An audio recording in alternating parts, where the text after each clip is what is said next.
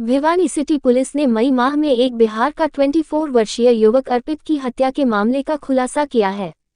अर्पित की हत्या उसकी पत्नी सविता ने बिहार के एक 19 वर्षीय युवक लल्लू के साथ मिलकर की थी। पुलिस को गुप्त सूचना मिली थी कि अर्पित नामक युवक का अंतिम संस्कार शमशान भूमि में किया जा रहा है और हमें आशंका है कि अर्पित की हत्या की गई है। सूचना के आधार पर पुलिस ने शव को शमशान भूमि से अपने कब्जे में लेकर भिवानी के सामान्य हॉस्पिटल में पोस्टमार्टम करवाया। पोस्टमार्टम रिपोर्ट में युवक की हत्या होने की आशंका जताई गई थी। सिटी थाना प्रभारी सत्यनारायण ने बताया कि यह दिनांक 5/5/2024 को हमें एक गुप्त सूचना मिली थी कि अर्पित पुत्र ओम प्रकाश कृपाराम की गली का जो रहने वाला है कि उसको दाह संस्कार के लिए शमशान घाट में लेके गए हुए हैं और हमें आशंका है कि उसकी हत्या की गई है। तो इस सूचना पर हमने श्रीमान पुलिस अधीक्षक वरुण सिंगला जी को सारे हालात से अवगत कराया। तो साहब के दिशा निर्देश पर तुरंत पुलिस टीम शमशान घाट पहुंची और बॉडी को वहां से लेके जीएच भिवानी में लाया गया।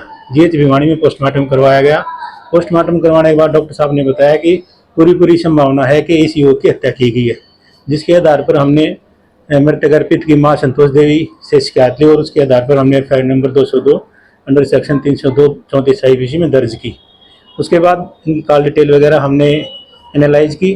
तो कॉल डिटेल एनालाइज की तो उसमें पाया गया कि इसकी जो पत्नी है सविता, उसके एक युवक लल्लू कुमार के साथ अवैध संबंध थे और प्रेम प्रसंग में दोनों ने मिलकर उसकी हत्या की है।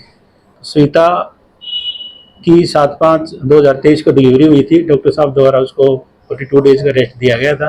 उसके बाद फिट घोषित करने के बाद 22/6 को सविता को अरेस्ट किया गया था और 18/7/2024 को मुख्य आरोपी लल्लू को नोएडा से इसमें काबू किया गया है और कल मान्य अदालत में पेश करके इसका 1 दिन का पुलिस रिमांड लिया गया था और मोबाइल फोन वारदात में प्रयोग किए हुए 2 हमने इसे बरामद किए हैं। जो बात सामने आई है ये है कि इन्होंने अर्पित को सोते हुए लल्लू ने उसका गला दबाया और जो सविता उसकी पत्नी थी उसके पैर पकड़ लिए और जब उसकी सांस रुक गई तो उसको सिर से पकड़ के दीवार में उसका सिर टकराया।